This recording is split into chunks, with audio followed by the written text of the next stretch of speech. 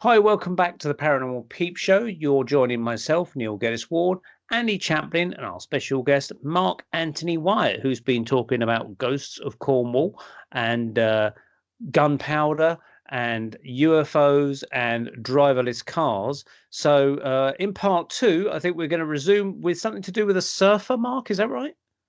It is. It is. This is one of the stories in my my book again.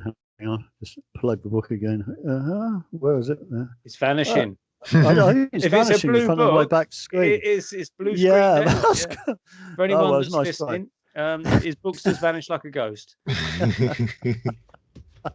Special effects. Yeah. Okay, so a few years ago, 2 or 3 years ago, I was doing a lot of traveling back and forth between England and America. So it meant that my flat that I had in Cornwall, in fact, just if you look at the picture behind me, it's sort of somewhere over to my, trying to work it out, on my right, your left. It sort of is a place called Carbis Bay. And I had a nice little flat there. So I'd been thinking about earning a bit more money while I was away. And I thought, well, I could rent my flat out. So I went on Airbnb and I sort of tidied it up a bit, went on Airbnb, and I was able to get a lot of bookings for it. Now, the bad thing about that was that when I did come back, I had nowhere to live. So it wasn't so clever, and it was fully booked out. So I had to keep living with my, when I did come back to England for a few weeks at a time, I would have to live up in the southeast of England with my sister. It's because I couldn't come back to my home in Cornwall. So I had to find somewhere where I could live, just like a small temporary place, really. So I started looking around a place called Bude, where I had been living for a while. And to cut a long story short, somebody said to me, "Oh, I know where there's a place which their son was living at, and he was sort of running this place." And it was so it's in Bude. It's in this little country lane just off the cliffs in North Cornwall, and it's I think about 1970s house, very bland, ugly sort of house, quite big. With at the time, it had probably probably about 10 different people living there, and various partners would come and go all the time, and all the friends of all these people who they all knew each other, and they all had their own friendship groups. So all of these people would be constantly coming and going to this house. So I had a little room there, which I sort of rented on a short-term basis, so that when I couldn't live in my flat behind me, I could just go and live in this place a few miles up the road. And I knew a lot of people around there, so it was nice. All of the people who lived in this house were either surfers or they played rugby, because it's Cornwall and that's what everyone does, really. So, and they were all a lot younger than me, they're all half my age. So I was the old git there.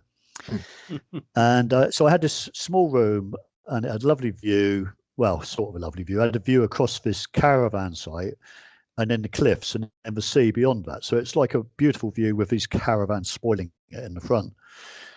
And it had nice balconies, so you could sit out in the sun and everything, But it was a very small room, and it had everything I needed. Now, what I didn't know was that a guy that had lived in this room before had died in this room, and he was a surfer, and he died very young. He died at the age of 45. Now, it's possible that I may have met him during the time I lived in that town, which was about 20 years, but I didn't knowingly meet him, although it's possible. But I knew everybody in the place I was living in all knew him, and some of those people were his best friends in life. Now, when I first moved in, this room that I took on was full of just all the stuff that nobody else wanted, old bits of furniture and surfboards and rugby kit, and it's just crap, really, just chucked in there. So I had to clean it up, decorate it, and then put my stuff in. So it's nice little, like a bed sit sort of thing, And I gradually, I'd never told any of these people that I was interested in the paranormal. None of them really knew me. I mean, I knew the guy that ran the place, I knew his parents, and I knew of him, but he wasn't a mate. He was like 30 years my junior or more, probably.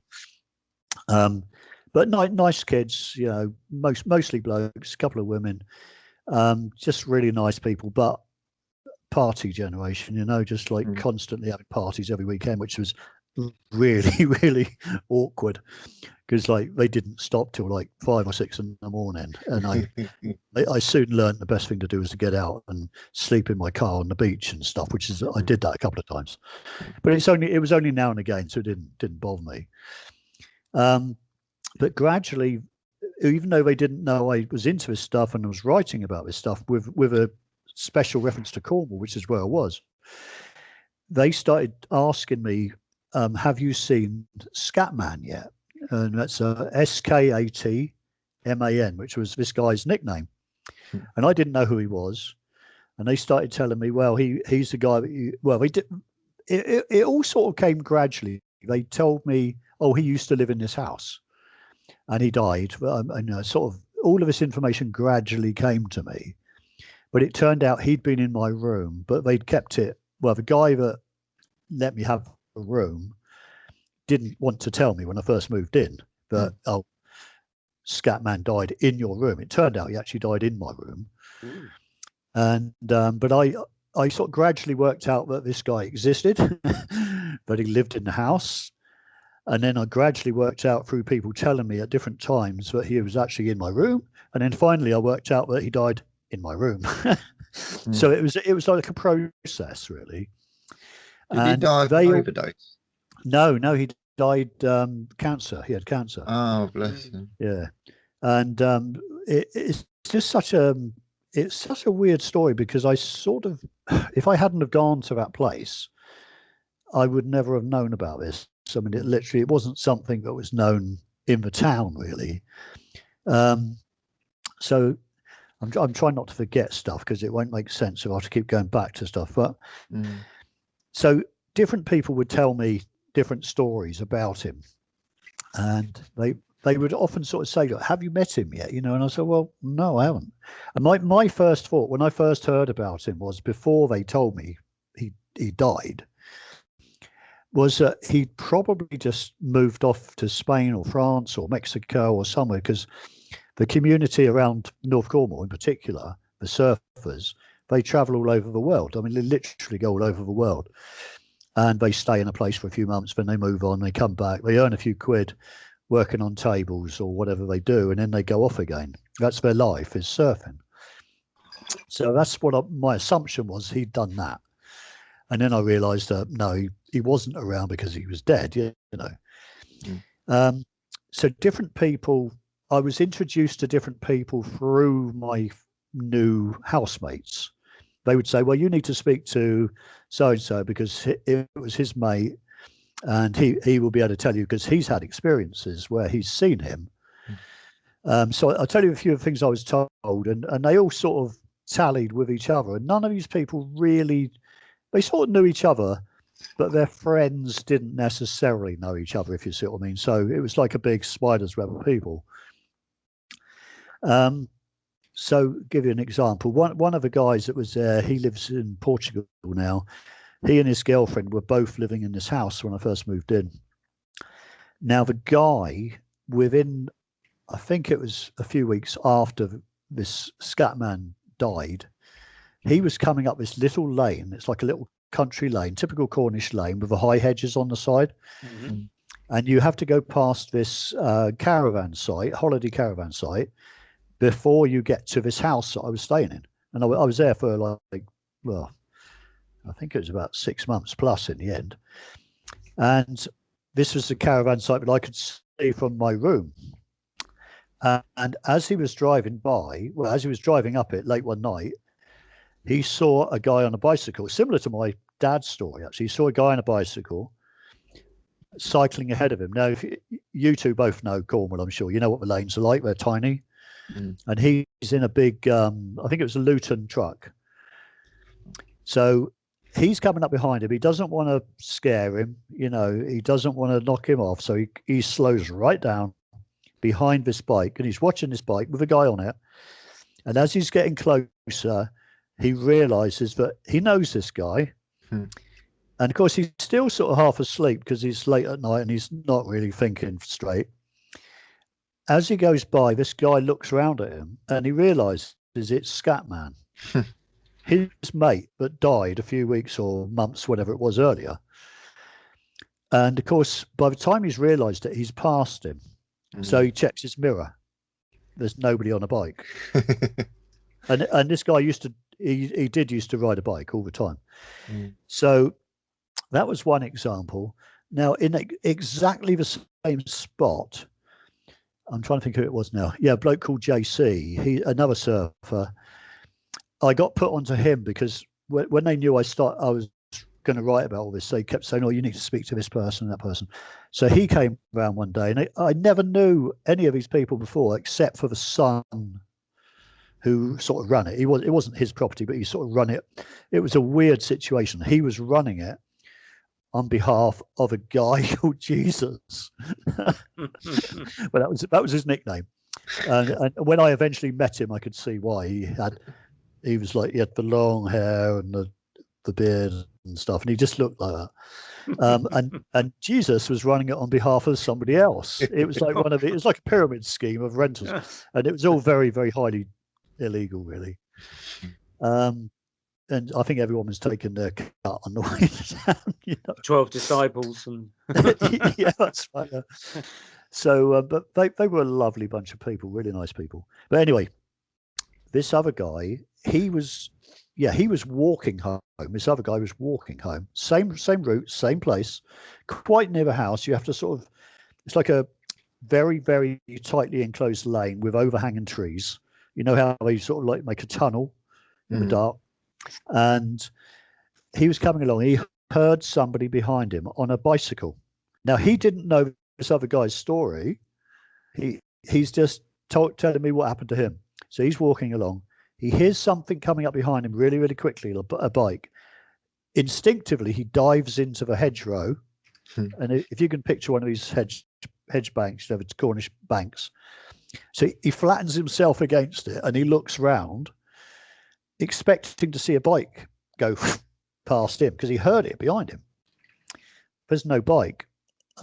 But when he said that as he was laying there, sort of in shock, because he's heard this noise and then there's nothing there. In his mind, he saw Skatman, and Skatman was stood there laughing at him like he did it deliberately. And he said he hadn't been thinking about him before that moment.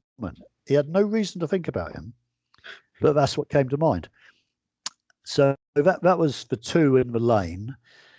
Another guy worked at now this guy Skatman, this surfer, he had worked in a place called Life's a Beach, which is still there. It's a restaurant on the beach at Bude with a view over Summerlees Bay, Summerlees Beach Bay.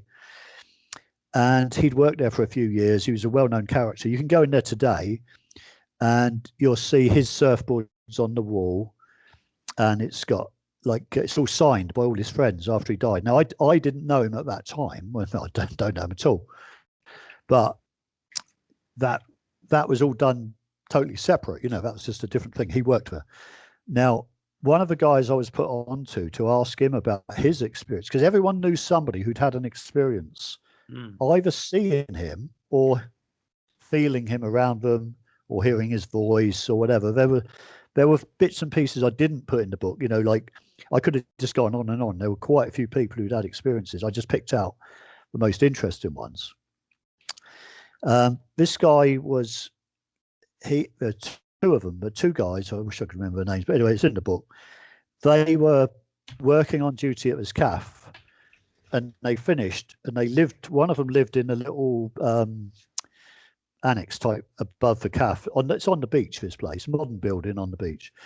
So they decided they would go down and have a beer from the bar and sit in front of these huge windows and just look out over the beach. This is like late at night, sort of midnight, one-ish.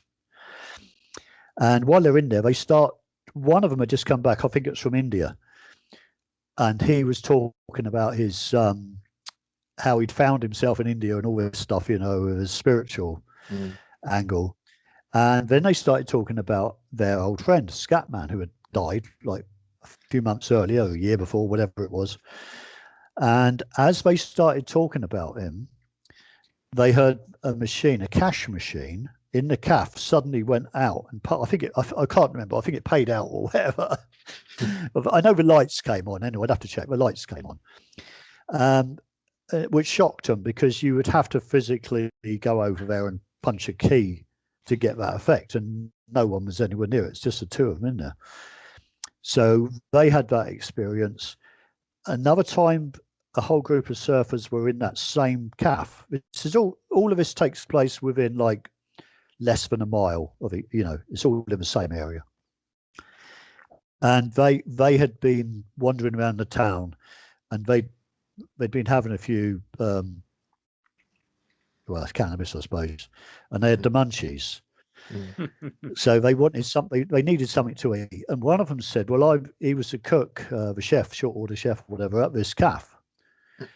So he said, well, I've got the key. He said, but if you come in, and he cooked him a big breakfast. This is like 1 o'clock, 2 o'clock in the morning.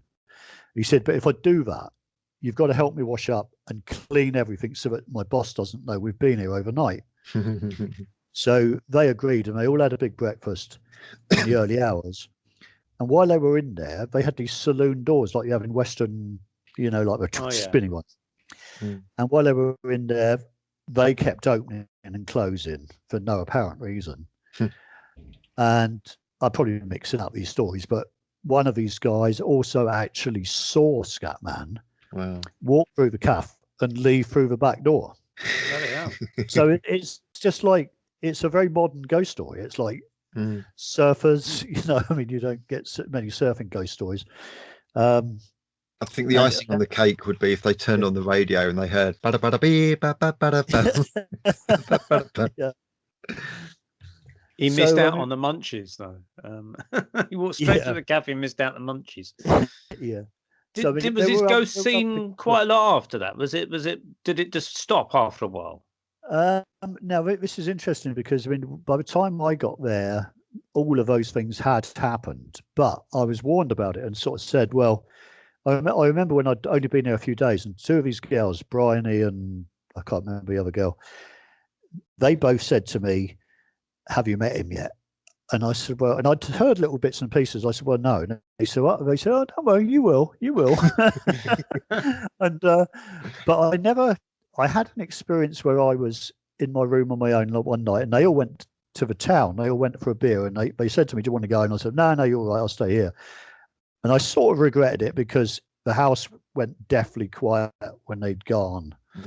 So I couldn't hear the laughter and the, you know, from other rooms. It was just very quiet. And I felt that there was somebody hanging around my room because I was at the top of his stairs. And this went on, and the feeling just got stronger and stronger. And I'd been speaking to Janice, who's into all this stuff, my lady, and she said to me, you know, you have to just speak to them as if they're there. Because by this time I knew that I was in his room and all this, I sort of knew most of that stuff by now. And I just spoke to him like he was there. And I said to him, I said, well, you can come in if you like. You don't have to hang about outside. Just come in. But, you know, don't scare me. Just come in and, you know. And I sort of said to him, you know, I hope you didn't mind me, because I redecorated the room because he had like all this sort of beach paraphernalia everywhere, like fishing floats, you know, surfboards and all sorts of stuff all over the wall. There was sand everywhere, you know, it was just, you could tell a surfer lived there. And after a while, this feeling just went. I just knew that whatever it was had gone. One night I was talking to Janice in America, and it was like very, very late at night, and I was just on my phone talking to her. And I mentioned Skatman. And as I mentioned him, because, you know, so many things had been happening, so I'd been getting so many stories which I was jotting down ready to put in the book. And there was a hell of a bang on the wall. It felt like the wall of a house shook, you know, like something really big, like a blast of air or something had hit it. And I said to her, I probably swore and said, something just hit the wall. I said, something's crazy going on. So my son, who was at the place as well with his mate, He was downstairs playing PlayStation or something, very quietly, just playing away. And Janice said to me, did they hear it downstairs? And I said, well, I don't know. I said, but I'm going to go and find out. And literally, as she was telling me, I was already heading down the stairs. And I went down to the front room, and they looked up, and I said, did you feel that bang? And I can't swear on here, can I? Only little words. No, I won't swear, but I'll imply it. So they both looked up from their game and said, yeah, what the was it? And I was like, I don't know. I was hoping you'd know. So that was a weird one. But it was just after I mentioned his name. That's interesting. And the other thing I can remember was literally just after I moved into this place. One morning, we used to sort of like everyone would just do the washing up for everyone. If it was a bit, you'd do someone else's as well because they would do it for you. And I stood at this back kitchen window, just half asleep, really, just washing up a few bits, looking out the window. And the door over to my left, I hear the door open, the kitchen, and I hear somebody say, I can't remember what it was now, it's something like, just, all right, or something like that.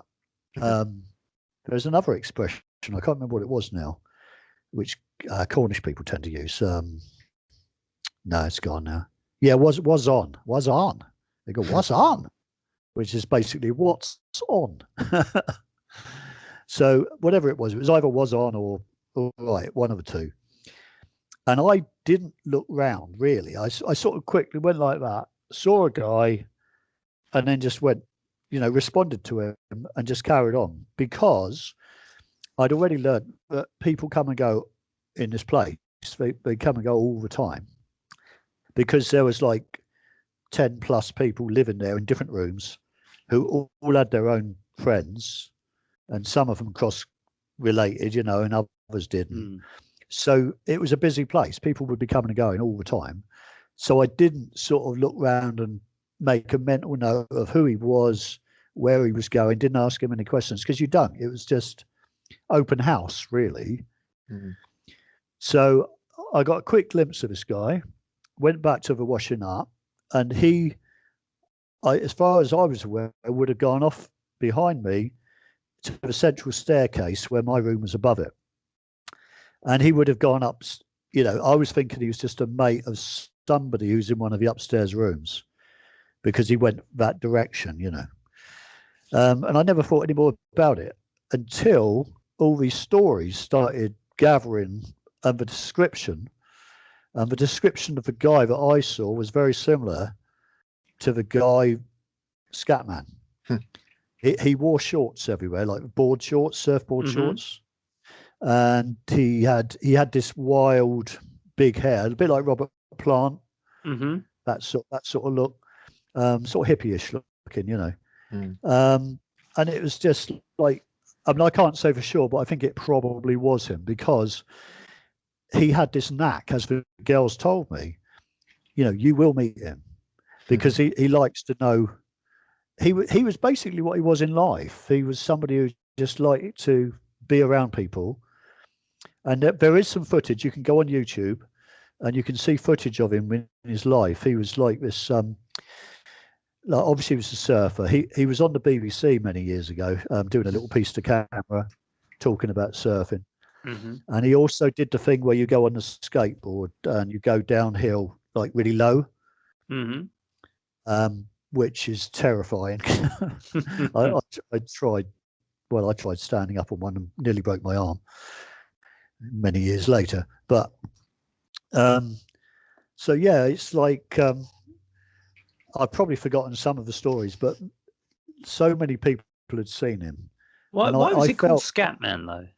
I don't know. I think it comes from some comic or film character. Well, I mean, the reason I said earlier, the radio coming on and beep bop bop bop bop. You know the Skatman, the musician in the 90s, right?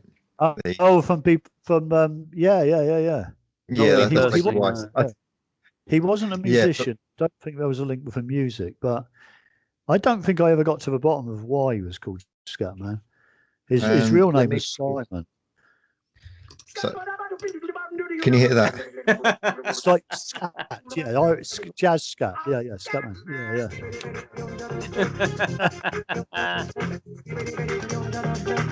Can you guys hear that? I'm not sure. Yeah.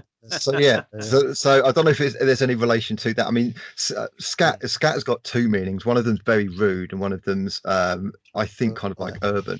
So the rude version is people who like to do sexual things with poo. So that's no. so that's the bad version. Just because of a blue, will you? I put it in front of me. I can see it vaguely. He's just disappeared a bit. It must be the light or something. Yeah, I can see some shades on. Oh, he's just vanished again. That's it. Yeah, can you see that? Yeah, guy with curly hair and shades. That's actually him. That's I thought it was a drawing, but I found out later. Oh, that's the other side of the story. So bear in mind, I didn't know this guy. I didn't know him. And somebody gave me his brother's address. Now, bear in mind, this guy's died of cancer, like not 2012. It's fairly recent. And somebody gave me his brother's address because I wanted permission. Could I publish this? Because I didn't want to just publish it and upset him, or his mum or whatever. So, and I had all the witnesses. I said to them, "Do you want your real name or do you want a false name or whatever?" And then finally, I had to get the big one, which was his brother. Now, I didn't know his brother. It turned out, I think it was the guy that run the house said to me, well, he runs a motorcycle shop up in top of town on an industrial estate. So I sort of braced myself and I went up there, and he was quite busy actually. And I went over to him and I basically said to him, look, you don't know me, but I'm living in the house where your brother once lived. And he was he's a really nice guy, but like quite a tough guy, he was a racing motorcyclist, like motorbikes. So I had to sort of explain to him very delicately why I was there to speak to him. And I said, well, and how do you broach that to somebody like, oh, by the way, I'm writing a book about your brother's ghost. It's a difficult one, isn't it? It is. He was very open-minded. Now I explained to him, I said, all I can say is a lot of people have approached me, a lot of people you will know, and told me that they have seen him around the building, they've seen him around the town. And I said, I'm just writing the story. And I said, no, I don't, if you say to me you don't want it published, that's fine, I'm okay. But I just want you to know, to give me that permission, because I'm not going to do it if you don't say yes. So he basically took it all on, and I gave him, I gave him some stuff, because by this time this house was being closed down as an illegal place to rent, really, because the guy who owned it at the top of that chain, he was not, I think it was something to do with council tax or something. So basically everyone had to get out. Now, part of that involved clearing up like probably 40 plus years of old surfing equipment, because it had been used as a house for what do you call them, the surf lifeguards. And there's an adventure centre imbued where they climb cliffs and these sheer walls and things on these ropes and stuff for kids. They train kids to do this stuff. So a lot of that stuff was in the house. It just been borrowed and left there. So my son and myself and a couple of other lads, we cleared the attic, and there was just so much stuff in it.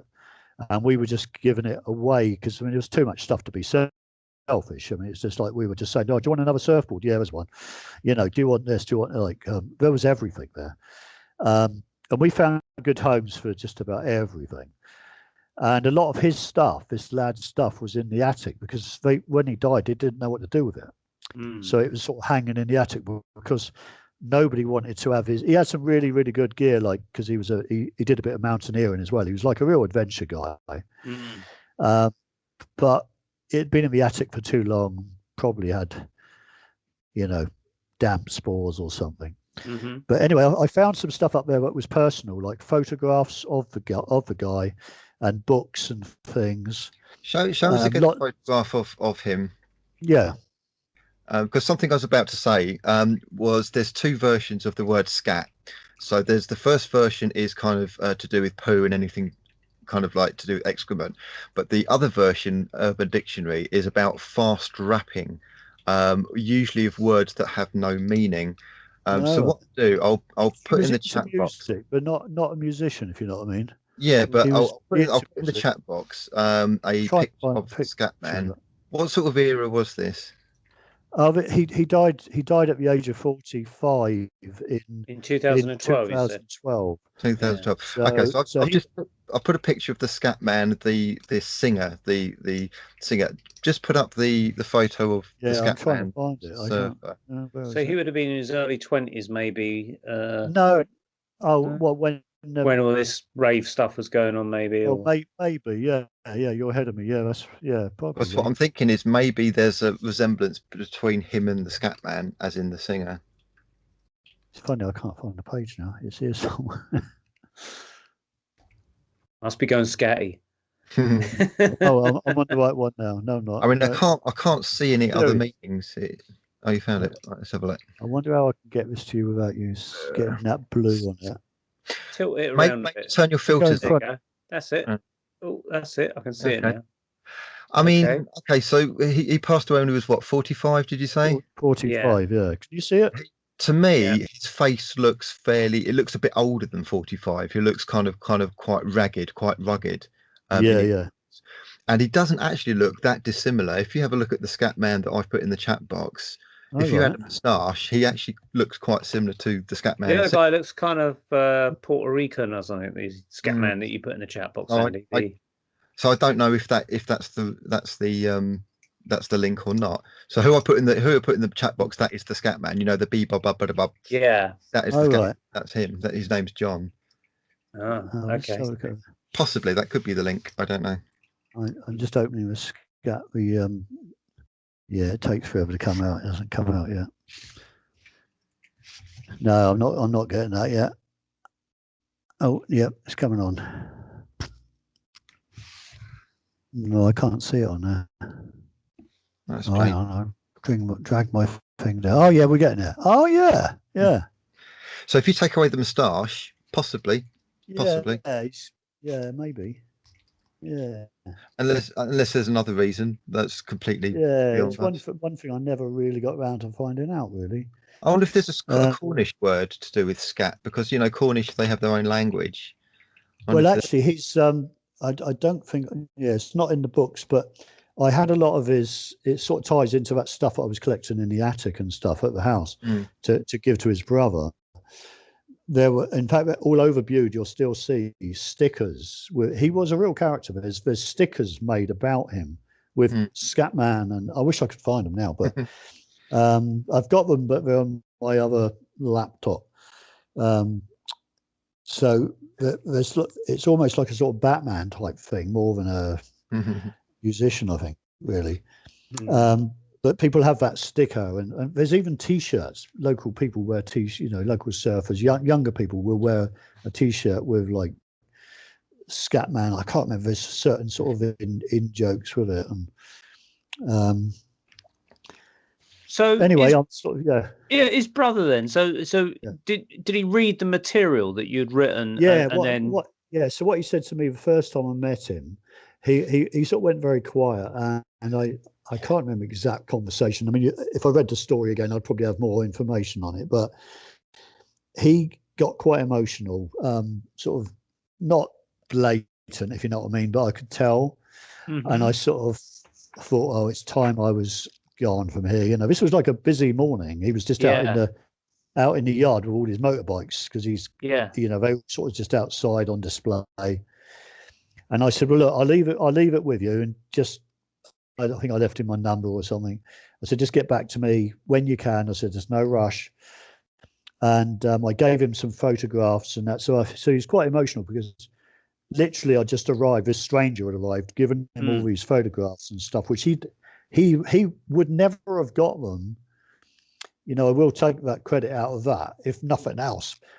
If it were my son, really, if we hadn't have found those bits and pieces, he wouldn't have got, his brother wouldn't have had those keepsakes, because the other guys were, they just didn't think like that. They would have just binned them, you know. So, so anyway, he contacted me, but it was weeks afterwards. I mean, I thought, oh, I'm never going to be able to publish it because he doesn't come back to me and he's probably offended or something, you know. And eventually he said, I think he sent me an email, and he basically said, yeah, I've read through it. He said, I've given it to my mum. She's read it. And I think he had a sister. I can't remember now. Oh, and his best mate, one of his best mates. And that was the other funny thing. When bear in mind, I didn't know any of these people. So when I would say to somebody, oh, you know, so-and-so was his best mate and he told me this, they would say, he wasn't his best mate. I was his best mate. And they were serious. They all felt like they were his. So that says something about the bloke, doesn't it, really? Yeah. But he made everyone feel he was their best mate. But yeah, he basically said to me, there's a few things that need to be changed, but then I'm okay with it. It was just like, I think there's something about a hat. Like he said, I never saw him wear a hat ever. He said, and I'm his brother. And when I mentioned that to the other people, they said, he always had a hat on. That's weird. Yeah. So that was odd. But yeah, it was just an interesting situation to be in that spot, in the right place at the right time to get that information. I presume then, if the place had to be cleared out and everyone had to go, there was no further reports of Skatman. Well, this is what I'm quite interested in, because the house was completely emptied out and it was sold. The last I heard, it was still standing. And see, what we thought would happen was a builder would buy it, knock it down and build something nicer, because it wasn't a very nice house, really. It was very bland. It was quite big, but it was bland, you know. But it had a good atmosphere in it, good character to it. But I would like to know myself, and I'd like to know whether people still see him in the local lanes and stuff, you know, or in the cafe. Well, anyone in the Cornwall area? Which town was it? Was it Bude? Bude in Cornwall. Bude, yeah. If anyone's heard of this Skatman story, please get in touch with us at the Paranormal Peepshow. We'd be interested to pass any stories on to Mark. Could we go in a slightly different direction? Have you, because we're talking about Cornwall here, and we've got to, because we cover all sorts of paranormal stuff, we can't go without the show without mentioning the Morgore folklore. Have you got any Morgore stories? There is a little bit in there. There's I'm trying to remember his name. There was a guy. Oh, what was his name? He lived in Falmouth for a while. He was in St Ives to start with, which is a piece behind me here. And then he moved over to Falmouth, and he was the one who came up with the first, I don't know, I want to say Mothman, but it wasn't a Mothman. It was what was the name of it? I can't remember now. I should have read through the book before it came on. It's so long since I wrote it. But two girls saw that moth creature in Falmouth, on the edge of Falmouth. Now the Morgawr, I don't know how you say it. That's how I always say it. The whole thing about that is MORG, that, like as in Morgan, that all ties into, well, you know, Neil, all ties into the mermaid thing, doesn't it? So the whole, that's the name of my daughter, ironically. And she's well into mermaids. That's an irony. So there was a lot of sightings off in Falmouth Bay, and this guy, I just can't remember his name now. He was publicizing a lot of these. He had a little, what we would call a fanzine, I suppose, which pre-fanzine days, which he was putting out, a little pamphlet, which I've actually got. I found it in an old bookshop, and he was conjuring up. He was a bit like a sort of fifth-rate Crowley. He was conjuring up these. I'll probably find it if I search long enough here, but he claimed that he could summon up these monsters in the sea. And he did little rituals with witches, but they weren't really witches; they were his daughters. So he was a showman, really. Mm. And yet somehow these things did happen when he was around. So it's like he was able to create his own reality almost, and by putting it out there. And he was involved with going up to Loch Ness as well, and he tried to raise Nessie. And I still can't think of his name. How embarrassing. Let me look through the chapter because it will remind me. I think it's in the second. Was he a one. recent guy, like in the last 20 years or something? 70s, really. 70s. Yeah. Oh, okay. Oh, here we are. Yeah, the Wizard of the West. He called himself the Wizard of the West. Owlman, not Mothman. Owlman. Okay. Yeah. That's what I was trying to think of. Yeah, because the chapter was the Owlman, Morgawr, and the Wizard of the West. And see, I finished writing this a long time ago, so I'm a bit dusty on it. I've never heard of the Morgawr. So it's only local to Cornwall, is it? This Yeah, so it's basically it's Cornish folklore. It's apparently a sea serpent that inhabits the Falmouth Bay in Cornwall. And his name was Anthony Doc Shields, where Doc was obviously his nickname, Doc. Anthony Shields. So he's called the Doc.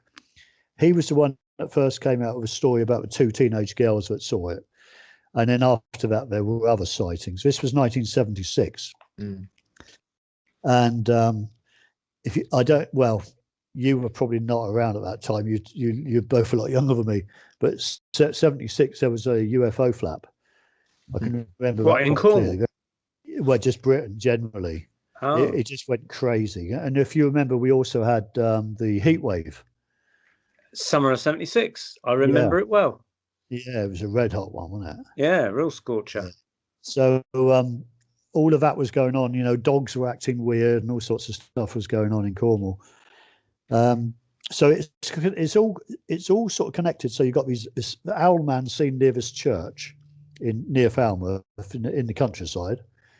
It's like on tidal creeks, like estuaries, and then just off out in the sea, you've got these sightings of this, which is ongoing. I mean, it wasn't just back then; it's ongoing. And when he was accused of sort of making up these stories, like, "Oh no, you're just making it up," the thing was, even though he was a showman and he did exaggerate stuff, and all of these things would have been around long before he was around anyway. I mean, there were stories of fishermen seeing these monsters, these sea monsters, before he was even around. So he would have grown, well, I don't think he was, he wasn't born there anyway. From what I've gathered from reading up on other stuff, he was in St. Ives, which is like, I suppose, 20 miles away from there on the other coast. He was there and he was part of the sort of artistic community, of which St. Ives is really, really famous for, and that's been my the thing that interests me the most is that the sort of art and culture of St. Ives in the past. You had, I mean, Crowley was down there as well. Crowley got involved in, well, that is it'd take ages to explain it all, but he was suspected of a murder, which, but it was a murder that wasn't. It wasn't really a murder anyway. It was like somebody dropped dead possibly from fright, and he was sort of tied into it. And I'm actually sort of working on that now because it's one of those real rare things that most people don't know about that side of Crowley, that he was there. But I found lots of evidence that he was there because he was in Newlyn and Penzance, which is just a few miles away. And he was involved in this place near Zena, which is a place I'm thinking of. So yeah, we had quite a lot of authors living around St. Ives. I don't know if you know, like Dennis Val Baker, Frank Baker, no relation. Oh dear, what's his name? I can't name. The names are all going. But there's quite a few people who wrote a story about that Crowley incident, all based on it. But they all changed the name. They all had different names. They changed the location away from Cornwall in one place. But they were feeding off of real life, like witchcraft and stuff that was going on. Yeah. They were channeling it into their fantasy world and creating these little novels, but those novels were based on real life. Well, there is the Witchcraft Museum down in Cornwall, isn't there? Yeah, that's in North. That's Boscastle. Boscastle, that's right. I have a sort of vague link with that because when I first moved there in, I think 99, 2000 time, I was working as a gardener in a little team. And we used to have to go out and cut large areas of grass with these big motor mowers. And I used to cut the grass outside the museum in Boscastle, where they had these sort of strips of beautifully manicured grass alongside the river. And it's when the flood came, you remember the big flood? Yes, it flooded, that's right. Yeah, the flood completely wiped it away. It took the topsoil and the grass, so it was gone. So, but that guy, the guy who ran the museum, Graham? I can't think of his name. Yeah, Graham. It was Graham. I forget his surname. King? Is it King? Graham King, that's the guy. Yeah. Well, Graham used to come out when I was cutting the grass. He used to come out. This was like early on a Thursday morning or something, about 8 o'clock. He'd come out and make me a cup of tea. So I think he's gone now. I think he's moved on. Yeah. Lots of folklore associated with that, isn't there? Yeah. And a lot of it was washed away. And I know there was a kind of big rescue people. Lots of people went down there to volunteer to try and clear it up and stuff like that. One of my mates, he lived on the coast at Bude, which is like probably, I don't know, 8 miles up the coast or something. Two of them, I was on the post, I was doing the mail for a while, and they were chatting. This was when this flood was on, like the day after or 2 days after. They both saw cars out at sea, like sticking up like that, just moving up towards Bristol. Oh, crikey. Just bobbing, like that. Wow. I thought they would have sunk. Yeah, exactly. That's what I thought. they swear we saw it, yeah. Could you bring your mic up a little bit? It's just... sorry. Just bring it up. That's it. Is that better? Sorry. That's a lot better now. Yeah, you're not so distant. That's great. So obviously you're associated. You've been involved in the UFO organization, which I did a talk at a couple of years ago. That's right. Last time I saw you. Yeah. So tell us about your UFO encounters, or if you've had any, or people that've seen them, or anything like that. Yeah, I've not actually had any UFO encounters that I know of. Put it like that. I've got a few in the books where people have seen very strange things. I mean, there's a lot of sightings on the beach at Bude. I know. I mean, again, they're all in the book, but they're not great stories. But they've seen stuff like a girl I know and a friend of hers were standing on the beach at Summerlees, the same beach where that surfer used to surf and where his ashes were spread at sea, actually. And they saw a craft come in very, very low to the sea, just above the sea, like a light. And it came in very, very fast and just came straight towards them and then stopped, I don't know, 30, 50 foot out or something, just stopped dead and then turned left and basically went shooting off towards GCHQ. GCHQ is on the cliffs at Morwenstow, which is slightly northeast, I suppose, of Bude. And it's an NSA, CIA facility, British government. It's at Cheltenham, isn't it? GCHQ? Yeah, no, that's the head office. And then they've got one at Bude. Oh, I see, right. The one at Bude's got massive satellite dishes. Yeah. And there's a lot about that in the book, I think it's in the second book, because a lot of people have had weird UFO experiences down the far west of Cornwall, around the Minack Theatre. You know where the Minack is? Is that like amphitheatre thing? Yes, yeah. So one of the experiences somebody gave me in the book, he was fishing on the beach, like beach casting. And he said, I'd have to go back and brush up on what he told me, but I think they went out on a boat or something, but they saw these lights over by the Minack, sort of hovering around by the Minack. And the two brothers, the brother who'd come down from up north said to him oh, that's a UFO. And he was just half joking. And I don't think it's stupid. Of course, it's not a UFO. It's whatever, something else. After that, we don't remember saying much at all because they woke up on the rocks. Wow. And really? their line was slack. And I can't remember whether they were in the boat or not. I'd have to check. But their lines were slack. The sea had gone out. They had fallen asleep on rocks. Did they know if there was a missing time, like 3 hours had passed or something? Or Yeah, I don't think they knew whether there was any. No, I can't remember now. But yeah, they had that experience there, and there's been similar experiences all around that coast, going back for years. I mean, if you go back to the books in the 1970s and 80s by Michael Williams, he used to do a lot of Cornwall. You'll find similar stories. There's a story about where he was a friend of mine. He's an elderly gentleman. He died about 2 years ago, and he did the forward for these books.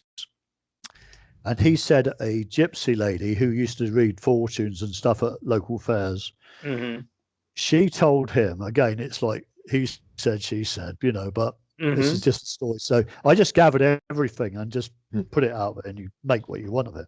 But she said a lady came to her in a really bad way, basically saying that she'd lost her son, and her son had been out on a fishing boat. So I'm confusing these two stories, but he'd been out on a fishing boat with a mate, and his mate had come back without him and said that he'd fallen asleep on the boat. And when he woke up, his mate had gone.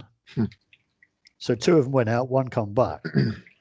And he swore blind it was nothing to do with him. Yeah, I don't know whether the police got involved. I'm assuming they did. Because he would be a suspect for murder, I presume. Well, yeah, number one. Yeah. So there's lots of it, but there's another angle to it which I looked into. So underneath Minack Theatre, which is an open air amphitheatre, as you say, the beach under that is called Porthcurno, and Porthcurno is where the cable went out to America, and it's also connected to GCHQ. So there's a fantastic documentary on YouTube, which I'm amazed that the government allow to stick out there, really. But it's a BT type engineer talking about it from a technical side of things. And he went all over the tip of Cornwall looking at the manhole covers, cast iron manhole covers with the numbers. Yeah. And he knows exactly because that's what he did for years. He knows what they mean. And, and he's taken aerial pictures with drones where they dig a tunnel or whatever, and bury the cable, whatever. And he's tracked down all sorts of weird stuff. And he showed the links between GCHQ in North Cornwall and the far west of Cornwall. So you're talking about 100 miles, roughly. So all the information that comes into Britain and out of Britain goes via GCHQ at Bude. Literally everything. Like what I'm saying to you now is going through there. Wow. Now, the other side of that is that all those cables are going underwater. Well, some of them are. I suppose it's all done by satellites and stuff as well. But the cables that go underwater, when there's a storm, sometimes they get exposed. And I've seen pictures of it when they're exposed. They've got this like metal sheathing around them to protect them. But they update them regularly, And I was wondering whether these cables might have some effect on people in the vicinity. Like do something to the frequencies and a bit like microwave technology for the brain or something. Yeah. So I sort of dug into all that.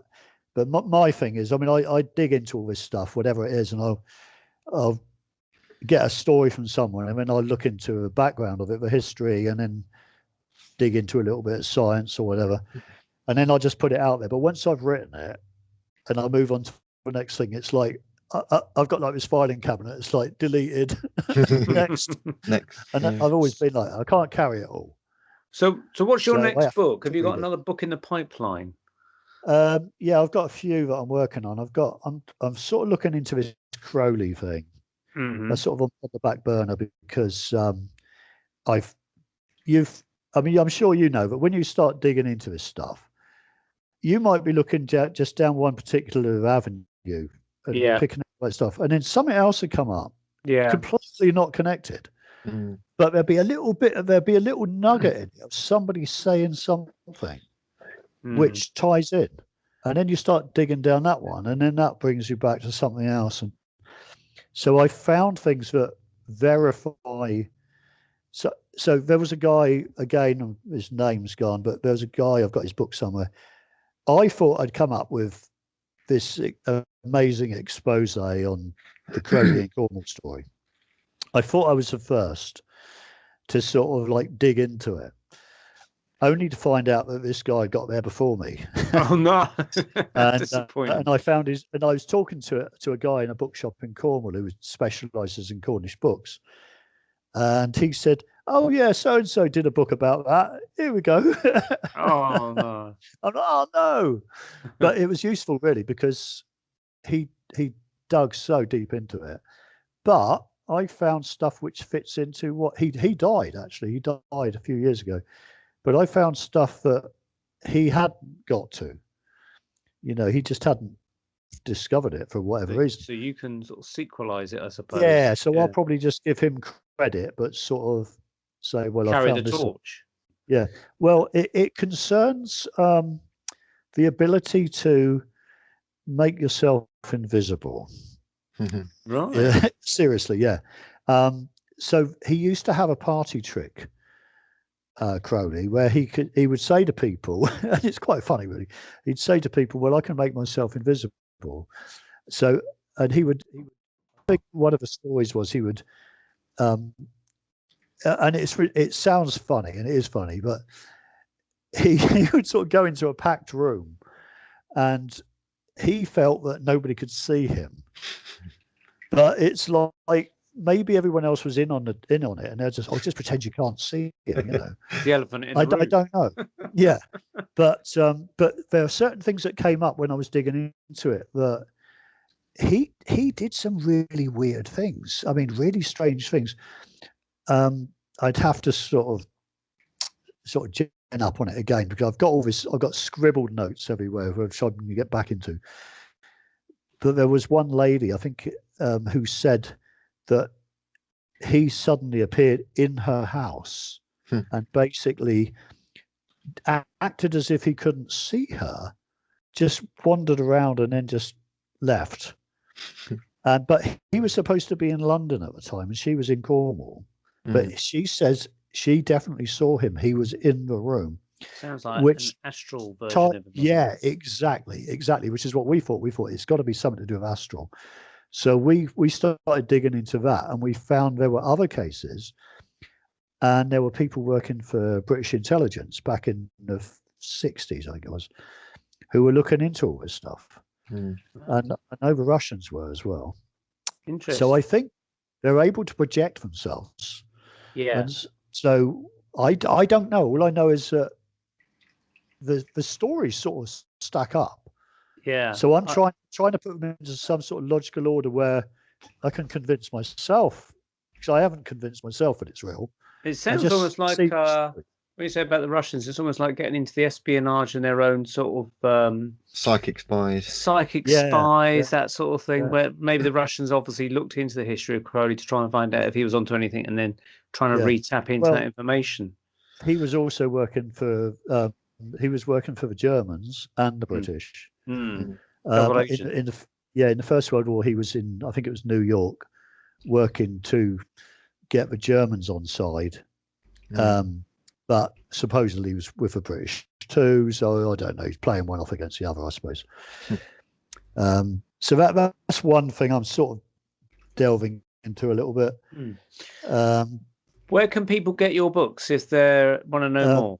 Yeah, Amazon. I just go through and also if they're in Cornwall, which is unlikely, I suppose, but if they're in Cornwall, there's a place in Hale called the Cornish Bookworm. But Amazon. Hang on. This is really bad trying to show it on the screen. Okay. But yeah, The Spirit of it's Cornwall. The Spirit of Cornwall, A by Haunted Mark Anthony Wyatt. Legacy. Yeah, volume 1 and 2. The first one is all about if you imagine Cornwall split into east and west. Yeah. This book covers everything from roughly halfway, like sort of St Austell, up towards the Devon border. And the other one is the end I prefer, which is the bit behind me, the west, the far west. This is actually I don't know if you can see it on there, but that's vanished. You can't. It's disappeared. This would actually be on that picture behind me somewhere. Okay.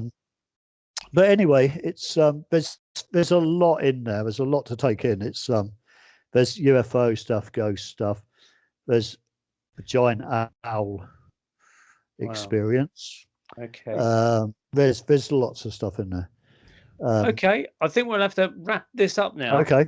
We're reaching the end. So thank you very much indeed to Mark Anthony Wyatt for joining us to talk about the Spirit of Cornwall and other ghostly folk tales and UFO tales as well. Any final words, Andy? Yeah, it's been fascinating. We'll have to have Mark back on. I'll do a bit of shameless plugging for myself. If people could join the Paranormal Peepshow on Facebook, whilst we still can, because censorship is rife on all social media platforms at the moment, turning into East Germany. And also, if people want readings, Tuned In Events, Tuned In is also on Facebook for the moment. But we've also got a website, which I'm updating, tunedinevents.co.uk, and we're doing readings online. We've got a selection of fantastic readers, basically, including myself. Not that I'm fantastic, but I'm part of it. And just give us a message if anyone's wanting an online reading, because that is where it's going at the moment, because the psychic fairs and nights are just out. They're gone until this whole, crazy COVID situation has died down and hopefully gone. But we'll see. How do you do it online? Skype, basically. Skype. Yeah, no, I mean physically. How do you get impressions from people the other end of a screen? And Yep. We found there's no difference, because what it is, you're connecting with the person's energy, and the voice link is very important as well. I mean, people have been doing kind of like telephone readings for decades now. True. But Skype makes it even better, because you can see the person, and I've found you could still just as much tune into somebody on Skype as is kind of right in front of you. I imagine. Sorry, I was just going to say, imagine these 0898 numbers or 0895 numbers, whichever these ones are really expensive. They're probably almost a thing of the past now, because people can do it all on Skype. What they've done, they've simply gone with the times. So the 0809 numbers, they've now upgraded to doing web readings and Skype readings and stuff. Right. But we're cheaper. We're cheaper. There's something like £1.50 a minute, sometimes £2, £2.50 a minute.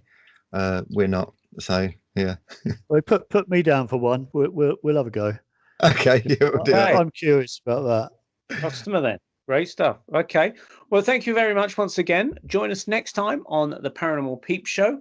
Stay safe, everyone, and happy ghost hunting. Good night. See you later. Thank you. Good night.